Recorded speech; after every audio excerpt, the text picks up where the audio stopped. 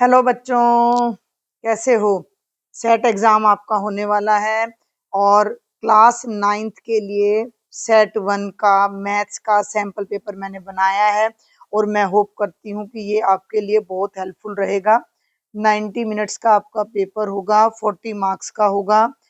ये जो इंस्ट्रक्शंस हैं वो सभी पेपर्स पर अपनी सिमिलर होती हैं। तो ये आपकी कुछ इंस्ट्रक्शंस हैं जिसमें आपको पता होना चाहिए कि आपका जो सेक्शन ए है उसमें 11 क्वेश्चन एक एक नंबर के आएंगे जो मिक्स होंगे, एमसीक्यू, फिलअप्स, वन वर्ड और असर्शन रीजन।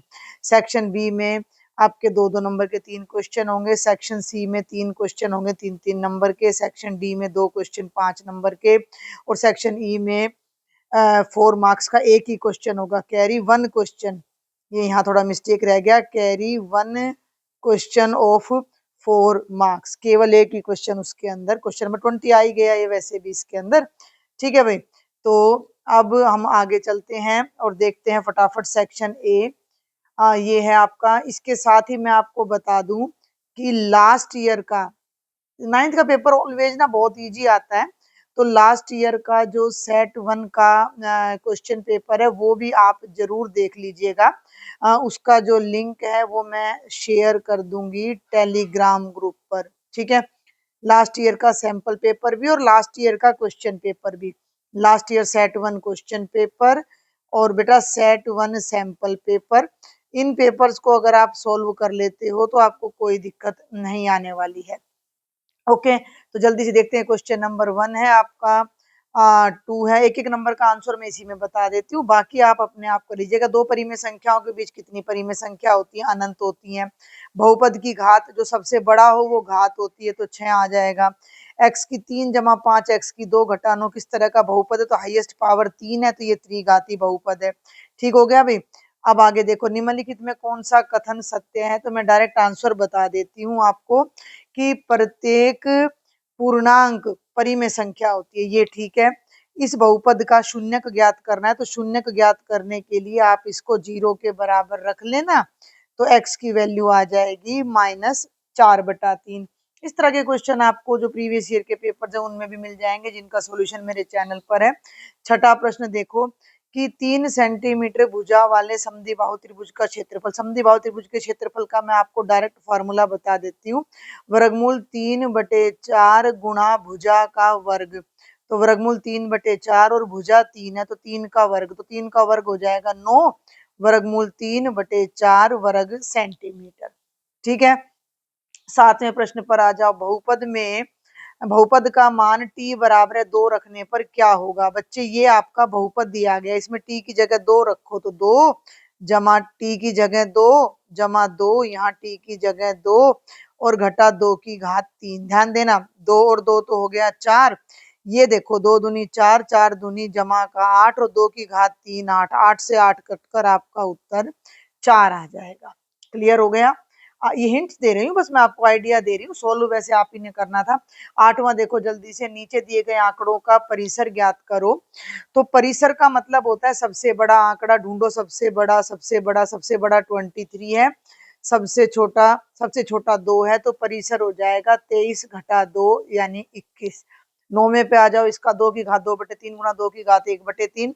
दोनों का आधार 2 है, तो जब गुणा करते हैं तो घात आपस में जुड़ जाती हैं, तो ऐसे घात जुड़ जाएंगी। लघुत्तम लोगे तो 3/3, 3 से 3 कट जाएगा और 2 की घात 1 यानी 2 उत्तर आ जाएगा। 10वां प्रश्न, हीरोन का सूत्र लिखो। हीरोन का सूत्र बहुत ही सिंपल, हर बार पेपर में लगभग पूछा जाता है, अल्टरनेट तो पूछा ही जाता है, तो ये हीरोन का सूत्र हो गया। अब आ जाते हैं अभिकथन का और कारण पर।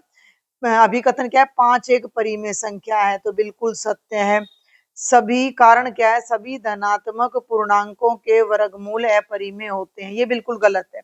मान लो मैंने कोई धनात्मक पूर्णांक ले लिया 16 और उसका वर्गमूल निकाला तो 4 आया, जो कि अपरिमेय नहीं है, तो ये कथन असत्य है। तो इन चारों ऑप्शंस में से छांट लो कि अभिकथन सत्य है और तर्क असत्य है। तो ये एक एक नंबर का सॉल्यूशन मैंने आपको करवा दिया है। ये सेक्शन बी है, हर का परिमेयीकरण करें। हिंट देती जा रही हूँ मैं। इसमें आपने 5 घटा वर्गमूल 3 बटे 5 जमा वर्गमूल 3 से गुणा करना है। बहुत जल्दी जल्दी बता रही हूँ, थोड़ा सा मतलब इसलिए बता रही हूँ कि भी आपने अपने आप करना था। नीचे a जमा बी a घटा बी का फार्मूला लगेगा। 25 घटा 30 3, तो ये हो जाएगा 2 ब्रैकेट 5 घटा वर्गमूल 3 बटे 22, 2 से 22 कट के 11 आ जाएगा। सरल करो। 125 की घात घटा 1 बटे 3, 125 होता है 5 की घात 3, 125 होता है 5 की घात 3, और उसके बाहर आ जाएगा घटा 1 बटे 3, 3 से 3 कट गया तो 5 की घात घटा 1। ठीक है, तो ये हो जाएगा 1 बटे 5। आगे चलते हैं, देखो जरा, गुणनखंड ज्ञात करो। गुणनखंड में क्या करते हैं, मध्य पद को तोड़ते हैं। 3 चौके 12 और 4 और 3 7, तो ये हो जाएगा 3x की 2 घटा 3x घटा 4x घटा 4। इन दोनों में से 3x कॉमन लोगे तो x घटा 1, 4 तिये 12। ये यहाँ पर मुझे मिसप्रिंट लग रहा है, ये प्लस आएगा, ये आपका प्लस आएगा तभी बात बनेगी, क्योंकि 4 तिये 12 हो जाएगा और 4 और 3 7। अब इन दोनों में से 4 कॉमन ले लो तो x घटा 1, तो x घटा 1 कॉमन आ गया और ये बन जाएगा 3x घटा 4। ये गुणनखंड आ जाएगा। अगर आपको इस क्वेश्चन पेपर की पीडीएफ चाहिए तो आप मुझे टेलीग्राम पर मैसेज करें। पिछले साल के सैंपल पेपर, क्वेश्चन पेपर का सॉल्यूशन और इसकी पीडीएफ मैं सब शेयर कर दूंगी। ये यहाँ मैं फिर बता दूं कि यहाँ पर हमारा है, मैं फिर बता दूं कि यहाँ पर हमारा ये प्लस है। ठीक है, अब आ जाओ बच्चे सेक्शन सी पर, जो कि शॉर्ट है 3-3 नंबर के। यदि x घटा 2 इस बहुपद का गुणनखंड है तो k का मान ज्ञात करो। इस बहुपद को नाम दे देना px, और इसमें x की जगह देखो, ध्यान देना, x घटा 2 को 0 रखो तो x बराबर है 2 आ जाएगा, और यहाँ पर आप x की जगह 2 पुट कर दो। 2 ब्रैकेट 2 की घात 3 घटा 2 की घात 2 जमा 4 ब्रैकेट 2 जमा k, और इसको 0 कर दो क्योंकि x घटा 2 इसका गुणनखंड है। तो 8 दूनी 16 घटा 4 जमा 8 जमा k, 16 और 8 24, 24 में से 4 गए 20, तो 20 जमा k बराबर है 0। 20 को राइट साइड में ले जाओ तो ये k का मान आ जाएगा। और ये 16वां प्रश्न है, एक त्रिभुज की भुजाएं 12:17:25 में और परिमाप इतना है, तो त्रिभुज का क्षेत्रफल ज्ञात करो। सेम ऐसा क्वेश्चन लास्ट ईयर के क्वेश्चन पेपर में आया था और उसका सॉल्यूशन मेरे चैनल पर है, तो आप वहां से देख लीजिएगा। इसका हिंट होगा, तीनों भुजाओं को ऐसे ले लीजिए और परिमाप के बराबर कर दीजिए। तीनों का जोड़ कर दो 540 के बराबर, तो 54x बराबर है 540। 54 से 540 को काटोगे तो x की वैल्यू 10 आएगी। x की वैल्यू को इन तीनों में रखोगे तो भुजाएं 120, 170 और 250 आएंगी, और फिर आप हीरोन लगाकर क्षेत्रफल ज्ञात कर देना। और 17वें पर आ जाओ, तो 17वां 0.235, तो x बराबर ले लो 0.2353535, क्योंकि 2 अंकों की आवृत्ति हो रही है तो दोनों तरफ 100 से गुणा कर देना, तो ये 0.2 स्थान आगे चला जाएगा। 23.53535। अब इसको दोबारा इसके नीचे ही लिख लो, तो ये हो जाएगा बच्चे 23535, और इन्हें घटा लो। घटा घटा वीडियो को थोड़ा स्लो करके देख लेना, अगर आपको वीडियो को थोड़ा स्लो करके देख लेना अगर आपको लगता हो कि मैंने सॉल्यूशन जल्दी में करवा दिया। तो 99x बराबर 223.3, जो कि हो गया 233/10, और 99 को उस तरफ ले जाओ तो ये हो गया 233/990। तो ये था आपका complete section C. Section D में आ जाइए, लॉन्ग क्वेश्चन आंसर है, गुणनखंड कीजिए। तो यहाँ a की 2 जमा b की 2 जमा 2ab का सूत्र लगेगा। ये 3x का वर्ग है, इसे मैं लिख सकती हूँ 2 गुणा 3x गुणा y जमा y की घात 2। तो ये मेरा बन जाएगा 3x जमा y का वर्ग, और ये हो जाएगा 3x जमा y ब्रैकेट में 3x जमा y। आगे चलें। अब अगला है सीधी गुणा किए बिना मान ज्ञात कीजिए। तो इसको आपने 100 + 4 कर देना और इसको 100 - 4। a की 2 घटा b की 2, तो ये बन जाएगा 10,000 घटा 16। इसे हल कर लीजिएगा। और अब देखते हैं भाई क्वेश्चन नंबर 19। क्वेश्चन नंबर 19 में ये हमें बनाना है question number 19 most repeated question है, ये बहुत बार एग्जाम्स में आता है। तो 400 नियोन लैंपों का जीवन काल दिया गया है, ये डाटा है, और आपको एक आयत चित्र की सहायता से दी गई सूचनाओं को निरूपित करें। और इसका एक भाग और है, कितने लैंपों का जीवन काल 700 घंटों से अधिक है। तो पहले तो हम इस प्रश्न को देखेंगे, 700 घंटों से अधिक कितनों का है।